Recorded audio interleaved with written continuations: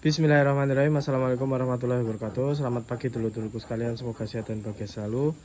Alhamdulillah hari ini kita bisa bikin video lor ya. Sore ini sore-sore ya lor ya, agak sore-sore. Udaranya seger lor, anginnya kenceng. Intinya gitu. Kayak kok lama-lama nanti tak beresin lah, insyaallah. Kata-kata hari ini dari Sultan Syahrir ya lor ya. Hidup yang tidak dipertaruhkan itu tidak akan mungkin dimenangkan lor. Jadi bukan berarti kita hidup harus taruhan ya lor ya. Tapi gini, taruhan maksudnya judi enggak. Dipertaruhkan itu pastilah. Segala sesuatu yang ada di hidup kita itu wajib kita pertaruhkan supaya mendapatkan sesuatu lor. Ini selaras dengan dengan usaha atau merintis usaha, terutama beternak ya lor ya. Terutama beternak telur bebek petelur ini.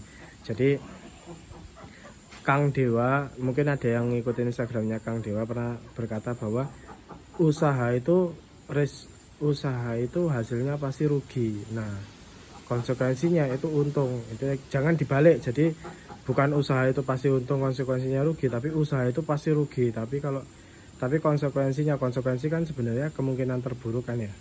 Jadi konsekuensinya untung gitu loh. Jadi dibalik mindsetnya. Ketika teman-teman mau mulai usaha, ya wis pasti di depan mata teman-teman pasti ada rugi gitu loh. Jangan langsung mikirnya untung gitu loh. Nah, ketika kita udah mikirnya nanti bakal rugi gitu kan, bukan berarti mindset kita harus rugi, enggak. Maksudnya usaha itu pasti rugi, tapi ya konsekuensinya untung, intinya gitu. Aku susah juga jelasin ini. Walaupun pasti teman-teman habis ini banyak yang enggak sepakat bahwa ya mindset itu harus untung Mas, ya monggo gitu kan. Paling enggak itu biasanya kalau di diri saya sendiri ya mungkin dulur-dulur beda ya. Kalau di diri saya sendiri ada namanya kontra statement gitulah. Jadi ketika saya mikir wah bakal rugi ternyata nanti untung, wah bakal untung ternyata nanti rugi gitu loh. Jadi kita merendah dulu, wah ini kayaknya untungnya nggak seberapa nih, oh ternyata nanti untungnya malah tambah besar gitu. Ini gitu. Jadi ketika dulur-dulur yang mau memulai usaha takut rugi dan lain sebagainya, ya udah jangan mulai dulu, intinya gitu. Karena ketika memulai usaha itu ya wis pasti hasilnya itu rugi, ya, konsekuensinya itu baru untung gitu. Ya itu masing-masing dari kita lah. Kita nggak harus sama tentang persepsi masalah usaha ini ya. Jadi nggak perlu kita samakan, tapi yang jelas untuk memulai usaha itu udah pasti ada resikonya loh.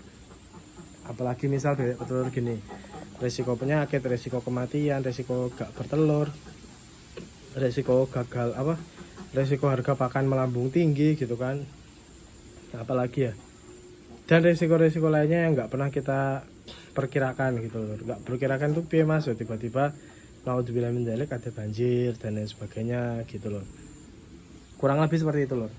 Nah jadi gimana mas supaya kita mikir supaya kita nggak terlalu mikirin waduh nanti ruginya gimana, risikonya ini gimana. Yang pertama, sekali lagi dari awal, dari saya mulai ternak ayam sampai ternak bebek ini, sekali lagi saya selalu menekankan bahwa belajarlah dari manapun, tapi jangan terpaku dari satu sumber, misal dari YouTube tok dan lain sebagainya. Cari tetangga, cari mentor yang nggak online lah, mentor offline lah, yang bisa ditemui, yang bisa ditanya-tanya langsung, yang bisa didatangi dan lain sebagainya. Itu udah paling bener lah. Dan pastikan orang yang tepat, jadi bukan orang yang sekiranya cuma buat ngakali dulur-dulur sekalian gitu. Lebih mas caranya biar tahu supaya orang itu ngakali apa enggak dan lain sebagainya. Wis pasti pertama kali kalau peternak bebek petelur ini paling gampang itu yang jujur pasti jelasin bahwa awal-awal itu pasti nggak bertelur, itu pasti dijelasin lor. Pasti dijelasin. Kalau yang jujur pasti jelasin, mas ini kurang lebih 1 bulan nanti nggak bertelur, jadi tekor pakan nggak apa-apa ya, pasti bilang gitu. Yang kedua, ketika teman-teman order terus semuanya bayah semua, nah jadi teman-teman harus punya tetangga yang tahu mana bayah, mana yang udah tua gitu kan. Kalau misalnya yang nakal biasanya misal order 20 kayak gini, diselipi 2 atau 3 yang udah tua, intinya gitu. Ya ada aja yang nakal seperti itu. Dan nanti kalau misalnya ya alhamdulillah saya ketemu Mas Broto Langan Rejo ya, jadi dijelasin semuanya, resiko-resikonya dijelasin dan lain sebagainya. Jadi saya ngerasa oh ini orang nggak sama sekali nggak berniat hanya memanfaatkan tok gitu loh. Jadi memang berniat untuk ya maju bareng ayo ngono kan. Karena banyak yang cuma memanfaatkan biar ini tok loh apa jenenge, ya biar kayak ya wis lah paling iki ya peternak musiman nek gagal ya modal entek ya wis rampung. Ada juga yang gitu.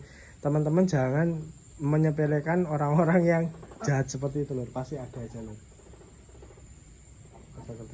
Nah kurang lebih gitu. Nah ya kurang lebih seperti itu loh.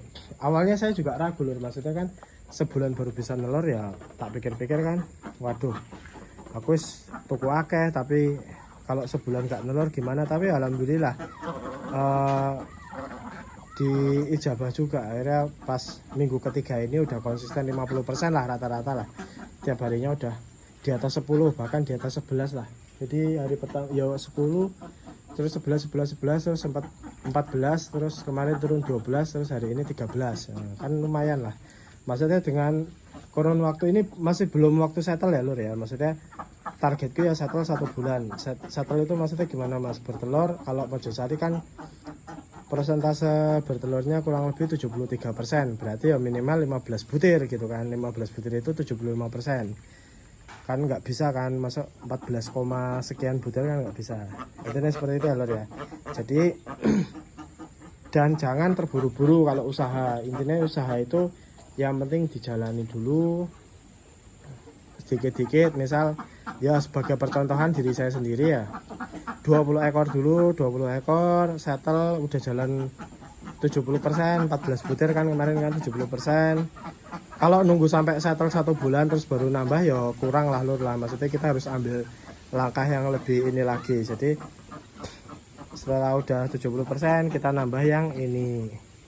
Nah ini perbedaannya gimana mas sama yang sebelumnya ya. Kalau yang sebelumnya di hari pertama maksudnya udah lewat sehari, ini kan berarti lewat sehari wesan ya kan, kemarin datangnya Kamis. Harusnya hari Jumat ini tuh ada telur kalau nggak 1 yang kandang sebelumnya, tapi ya nggak masalah. Seminggu pertama ya kita tolerir lah kalau nggak ada telur sama sekali. Tapi paling nggak ya kita tetap pantau, dipastikan oh pakannya udah bener, airnya udah sesuai, nggak kurang dan lain sebagainya, itu wajib. Ya gitu. Iki airnya bocor nggak ya, kok tinggal dikit ya. Kurang lebih gitu. Bahkan kandangnya di sini cenderung lebih sehat sih, maksudnya airnya nggak terlalu basah lah. Di sini nggak terlalu basah, mungkin karena ini juga bekasnya ayam jadi agak bagus sih tanahnya. Kurang lebih seperti itu lor ya. Sharing dari kita. Mungkin dulu sekalian ada yang ada di wilayah Purworejo terus mau sharing langsung, mau datang langsung ya monggo.